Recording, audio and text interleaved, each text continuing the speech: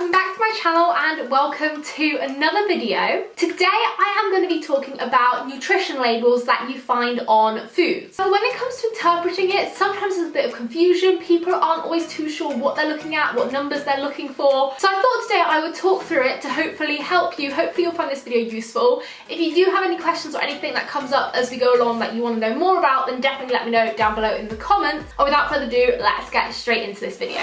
So I'm going to be basing this off of the UK nutritional labels. A lot of these concepts can also apply to nutritional labels used in other countries. However, different countries will do it slightly differently, so I thought it's easier just to stick to one, and as the majority of my audience is UK based, also I'm doing a nutrition degree in the UK, so it all just kind of makes more sense to go for the UK ones. So the UK nutrition labels, they will consist of three main elements. On the front of the packet, you will typically have the traffic light system, which I'm sure you're probably familiar with. Then there is also the main kind of nutritional grid on the back of the packet as well, and then you have also got your ingredients list too. So let's start with the traffic light system on the front of the packet. So here you'll typically find information about the energy content, the fat content, saturated fat, sugar and salt content as well, for a portion of that food, or what the company describes as a portion of that food. It has these 5 key elements, as in the UK,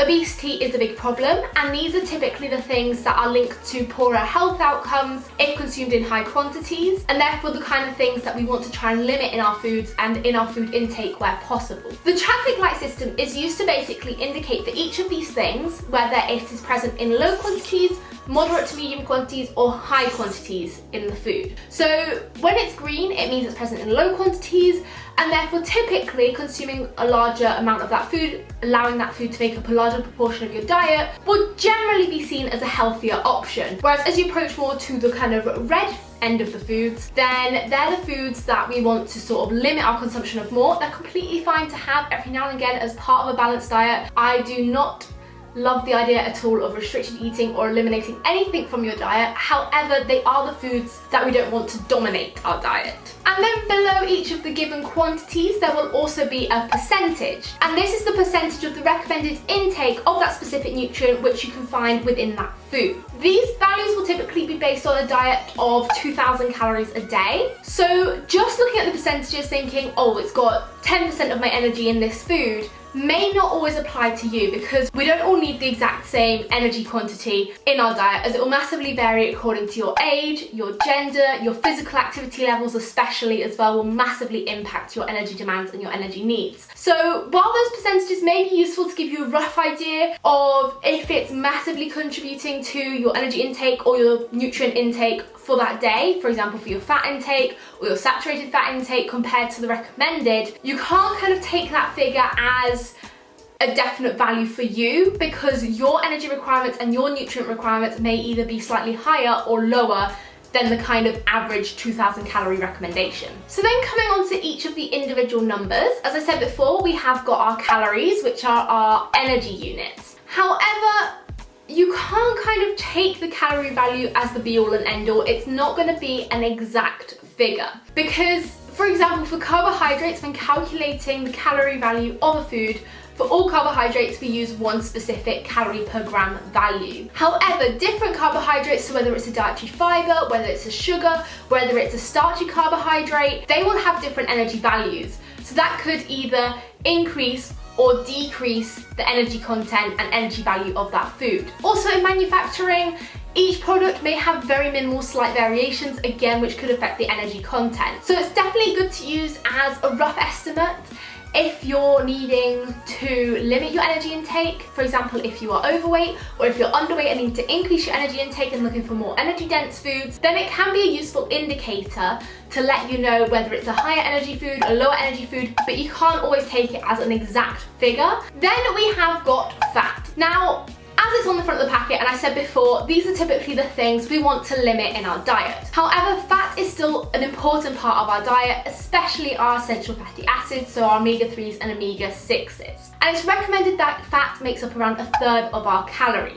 I did in fact do an Instagram post fairly recently on all the uses of fat in our diet, why it's important that we do actually have sufficient fat in our diet and what it's used for within the body. So if you want to read up on that, then be sure to head over and check that post out. But the reason why it's sort of included included on the front of the packet is that it can be easy to overconsume if you have a heavy fat diet, and also because per gram fat has 9 calories, whereas compared to sort of carbohydrates and proteins, which on average have around 4 calories per gram, fat is more energy dense. It's sort of double the energy per gram compared to carbohydrates and proteins. So if you're eating loads and loads of fat, it can cause you to enter a calorie surplus, for example, and cause weight gain. Also, high fat can be associated with things like coronary vascular disease and have other health implications. So it is important to obtain around 1/3 of your calories from fat. However, it's still included on the front of the packet, as it is therefore something that needs to be consumed within moderation. You don't want to overconsume fat, because that's when it can start to have kind of health implications. We then have our saturated fat, which is a specific kind of fat, and this one is the one that's typically associated with poorer health outcomes. So overall, just having very high fat in your diet can lead to poorer health outcomes, but in particular, if you have very high saturated fat in your diet, even if you're obtaining kind of the right amount of fat overall, if it's predominantly saturated fat, then it could still have drastic health effects. We still need some saturated fat in our diet, a little bit is important. However, consuming high levels of saturated fat can lead to increased risk of coronary vascular disease, increased risk of heart attack, stroke, heart failure. So again, it's something that we want to try and limit. Then we have good old sugar. So again, sugar is something that we want to limit in our diet. However, in particular, it's free sugar that we want to limit. The problem is when we're analysing food to create these nutritional labels on packets, we can't distinguish between whether it's a naturally present sugar, such as in fruit, for example, or whether it is a free sugar, so something that's been added by a manufacturer, or this also includes things like syrups and fruit juices as well. So that's the main kind of issue with the sugar one. It may be high in sugar, but it may all be naturally present in that food. Or it could be high in sugar and it's all free sugar, and that's the kind of sugar that is typically associated with poorer health outcomes. And that's where looking at the ingredients list comes in use, because you can look to see if any syrups or added sugars have been added to that product, but I'll come on to that a little bit later. Then we also have salt. Salt, again, is something we do need it in our diet, however, again, in moderation and at lower quantities than we're currently consuming. So again, that's flagged up on the front of the packet. High salt diets are typically associated with increased risk of high blood pressure, increasing risk of heart disease, and all the other things associated. So again, things like stroke, heart failure, heart attacks as well. So that's why we want to also limit our salt intake. But again, like I said, we need a little bit. And the main kind of source of salt, high salt in our diet, is generally from processed pre-packaged foods, as manufacturers will like to add a lot because it increases the palatability of it, increases sort of that taste sensation and enhances the flavour, and it makes you want more. However, if you consume sort of more processed foods in limited quantities, then adding a little bit of salt to cooking at home isn't exactly a bad thing. And like I said, we do need some salt in our diet, but don't just bombard your whole meal with a whole ton of salt. Then moving on to the back of the packet, or sometimes this is also found on the side of the packet, and that is the nutrition table. Within this, you will find all your values for all of your macronutrients, so that's your protein, carbohydrate and fat, as well as sometimes then micronutrients, particularly if vitamins and minerals have been added to the product, and that's a key component of the product. We will then find for both these macro and micronutrients their values found in 100 grams of that food product, as well as then in a portion of that product. This is what sort of the recommended portion size is by the manufacturer. However, we are likely to probably consume more than that. Some cases you may consume less than that. So that's something to bear in mind when you're looking at these values per portion. So in addition to the energy values, saturated fat, fat content, sugar and salt that we've already seen on the front of the packet, you can also find your total carbohydrates, which then also show you your fiber values and your sugar values, as well as then your protein. So as I mentioned, we have got our total carbohydrates, and this will include all of your starchy carbohydrates, your dietary fibers, as well as your simple sugars. So this can give you a good indicator in terms of how carb heavy the product is, and we want around 50% of our calories to come from carbohydrates. As I said before, on average, they have around 4 calories per gram. However, if you just rely on looking at the total carbohydrate value, you don't know whether that's more sort of your starchy whole grain type carbohydrates or whether that's predominantly sugars. So that's where then looking at the sugar value is useful,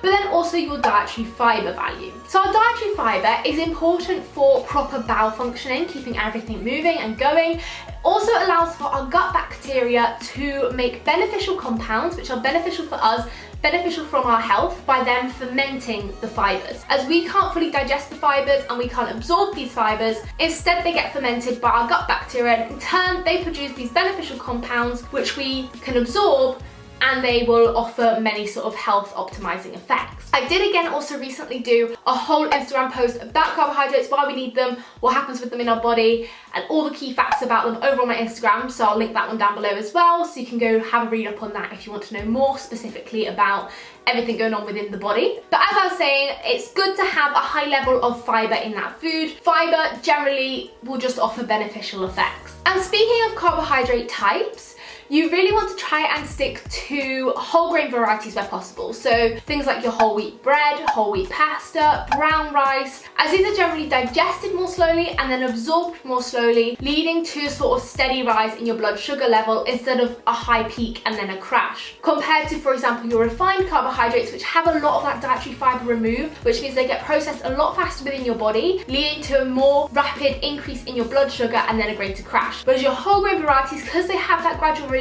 they'll keep you energized for longer and keep you fuller for longer, as well as they're processed in your body more slowly. And then, as I said before, the last thing that it mentions in this nutritional table is your protein content. Generally, protein is a sort of positive thing. You want plenty of protein in your diet. The typical UK diet consumes more than enough protein, so it's probably not something of a concern if you are in the UK, if you're eating a good varied diet with plenty of high protein sources. Again, I did an Instagram post all about good protein sources and about all the key sort of nutritional information specifically on protein, which I'll link down below for you. So in terms of nutritional labeling, a higher protein food will generally be more nutritionally beneficial. And if you've taken any excess protein, it'll either be excreted or metabolized for energy. And then only if you're in a calorie surplus, so you're consuming more calories than you're burning per day, will that extra protein be stored as fat. But that's just generally if you're in a calorie surplus. Any extra energy that you have from food will generally be stored as fat. However, if you're taking in extra protein than you need and you're not eating in a calorie surplus, then as I said before, any extra will just be excreted or metabolized for energy. And then the last component, as I said before, there's three main components on the UK food packaging, and that is the ingredients list.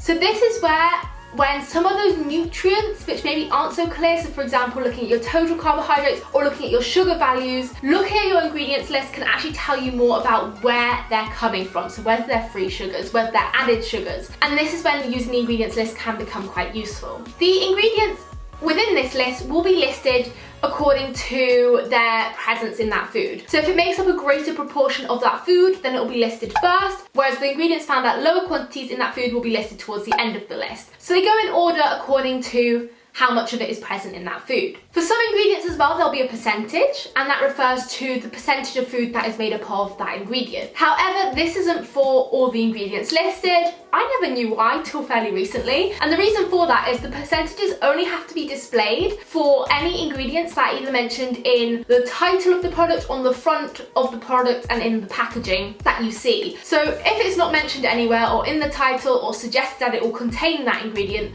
then it doesn't have to have a percentage by it. So as I was saying before, the ingredients list can be so useful on giving you clarification of the specific nutrients. So like I said, for free sugars, looking at the things like your glucose syrup, your inverted sugar syrups, any kind of maple syrup, honey, anything like that added to the product, sucrose, fructose, this will all count towards your free sugar intake. So that will start to tell you whether the sugars present in the food are more added sugars or whether they're more natural sugars. And if they're natural sugars, they won't be listed as a sugar, it will just be contained within another ingredient. And also the fact that the list is in order of how much is present within that product. If the sugar's towards the end of the product and it's an added sugar, then you can think, okay, the sugar in this product was already stated as low in sugar. Yes, it's got some free sugar in there, but it's not present at high quantities. So that can also be a useful indication of whether it's high in sugar and it's also high in free sugar. It can also help to give you other information about the kind of carbohydrates present in that food, such as whether it's whole grains present in that food and whether they've used, for example, whole wheat flour too. It can also give you an indication of the kind of fat and protein sources within this food. However, that will typically require you to have a little bit more kind of nutrition knowledge to know, hang on, there's milk in this product, that will be a source of saturated fat, for example. So as someone who understands nutrition a little bit more, you can look at the ingredients list and go, that's where the saturated fat's coming from. There's this kind of protein in the product, for example, and you'll actually understand it a little bit more. For the general public though, the ingredients list isn't so great for doing that, so that's why it's great to have the nutrition table and that traffic light system on the front of the packet, so it can tell you more about the kind of fat that's present, whether it's saturated fat or not, and also the protein quantity of that food. However, speaking of protein sources, generally if there's sort of a protein source of animal origin within that food, so any kind of meat related product, dairy product for example, typically this will be quite a high quality protein source, meaning that it contains all essential amino acids. Proteins are made up of amino acids, some of them we can synthesize ourselves, other ones, the essential amino acids, we have to obtain from our diet. If it contains some kind of meat product or some kind of milk or dairy product, then you know that it probably has all essential amino acids. So that's when you can tie it in with the nutritional values and go, it's high in protein and it's got this specific protein within it, meaning it's gonna be high in all essential amino acids. However, generally plant-based sources are of lower quality. They don't always contain all essential amino acids, except for in soy. So soy proteins, things like tofu, tempeh, or even just soy protein isolate, soy protein crunchies, whatever it may be that's added to that food, that will be a source of all essential amino acids. So again, if it contains anything soy-based and it's high in protein, then it also means it's high in the essential amino acids. If you are on a plant-based diet, it doesn't mean that you're not going to be able to obtain all your essential amino acids. Given that you're consuming a good variety of foods, a good variety of protein sources, they will generally offset each other, meaning that overall you get coverage of all your essential amino acids, given that you've got sufficient protein within your diet and it's from a variety of sources. Also, the ingredients list is useful for telling you about if it's been fortified with anything. So if there's any extra vitamins or minerals added to that food, these will always be beneficial. So any of these that have been added to the food will always be beneficial for your health. And then lastly, the last thing that the ingredients list can tell you is if it contains any allergens. So these are the types of ingredients that may cause an allergic reaction in someone. And there are 14 different sort of key allergens classified in the UK. And these will always be shown in bold on the ingredients list,